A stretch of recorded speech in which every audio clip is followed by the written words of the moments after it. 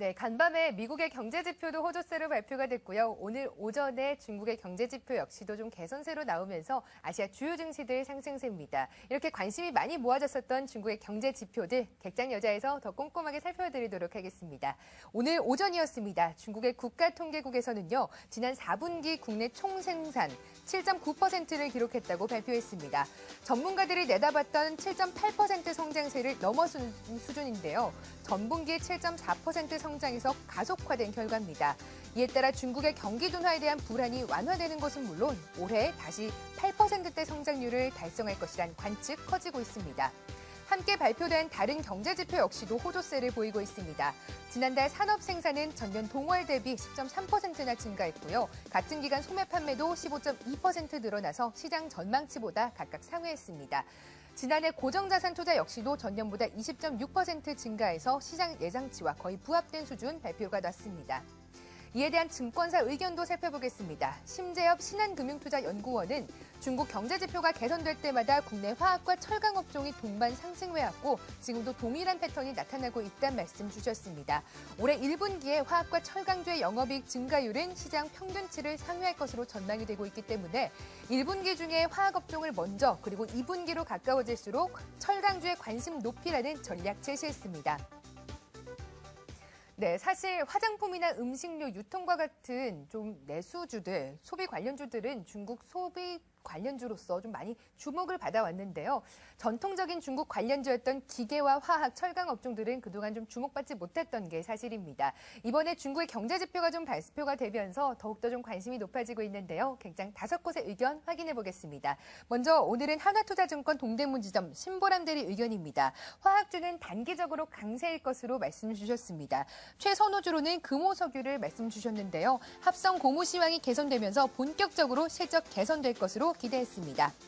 메리츠증권 영동지점 김송원 대리는 본격적인 주가 회복을 기대하기에는 무리가 있다면서 철강 최선호주로 현대 하이스코를 선정했습니다. 중국 경기가 회복이 본격화될 때 관심 가지라고 하시네요. 동양증권 금융센터 삼성역 지점의 박진희 차장, 경기 회복 시에 두산 인프라코어에 관심 가지라고 했습니다. 역시나 실적 기대감 유효하다는 말씀 주셨습니다. 한화투자증권 서초지점 송은혜 대리, 본격적인 상승보다는 트레이딩 관점에서 최선호주로 현대제철을 제시했습니다. 의미 있는 실적은 2분기 이후에 가능하다는 말씀까지 덧붙여 주셨습니다. 네, 또 다른 지점으로 넘어가 보도록 하겠습니다. 오늘은 HMC투자증권 서초지점 임수연 대리와 만나볼게요. 안녕하세요.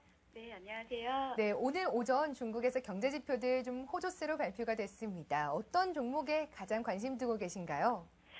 일단은 오늘 중국 GDP 성장률이 시장 컨센서스보다는 조금 높게 발표가 되면서 시장에 조금 이제 긍정적인 흐름을 주기는 했지만은 시장은 이미 그거를 이제 상승에 대한 기대감을 반영한 데 주춤한 모습이었고요.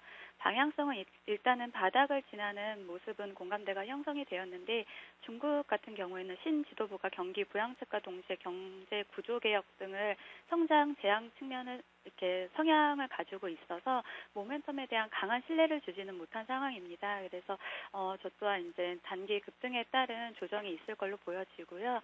대신에 이제 철강주 중심으로는 포스코나 현대제철, 현대하이스코 같은 경우에는 차트나 수급상으로 단기 반등 가능해 보이는 구간이라고 보여집니다. 네, 국내에서 중국 관련주 중에서 좀 철강주에 관심을 나타내 주셨습니다. 이번에는 지난주 주간 공략주 점검해 보도록 하겠습니다. 낙앤락을 제시해 주셨었는데요.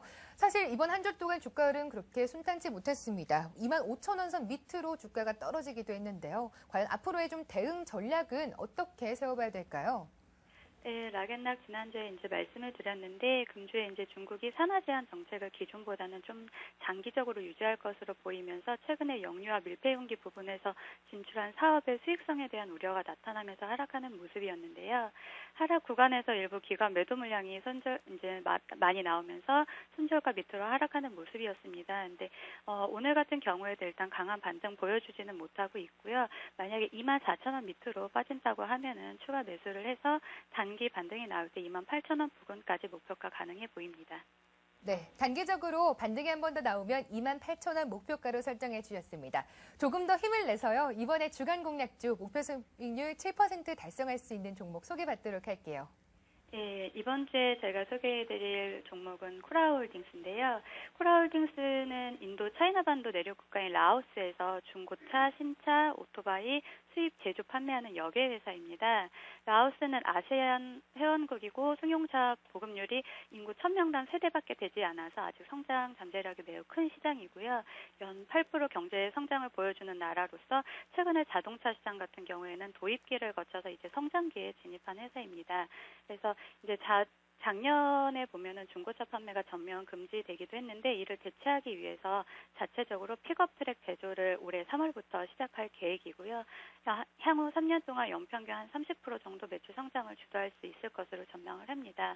그리고 매출 비중이 한 10% 정도를 차지하는 오토바이 같은 경우에는 독자 모델로 중국과 일본 제품과 이제 산분하고 있는데 최근에는 가격 경쟁력이나 품질 경쟁력 부분에서 우위를 점한다고 판단해서 긍정적인 모습 보여지고 있고요. 그다음에 최근에 이제 차량 누적 판매 대수가 증가하면서 기존 차량의 노후화라든지 이런 부분이 진행되면서 매출 비중이 한 7%를 차지하고 있는 부품이나 AS 쪽 같은 경우에도 한 40% 이상의 고성장 가능성이 있고요.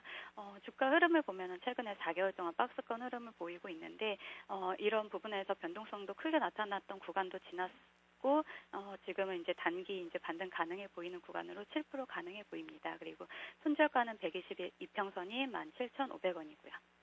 네, 손절가 17,500원 선 설정해 주셨습니다. 사실 장기적인 차트 흐름 우상향입니다. 하지만 최근에 4개월간 좀 지지부진했는데요. 이번 한 주는 더욱더 강한 수익률 달성할 수 있기를 기대해 보겠습니다.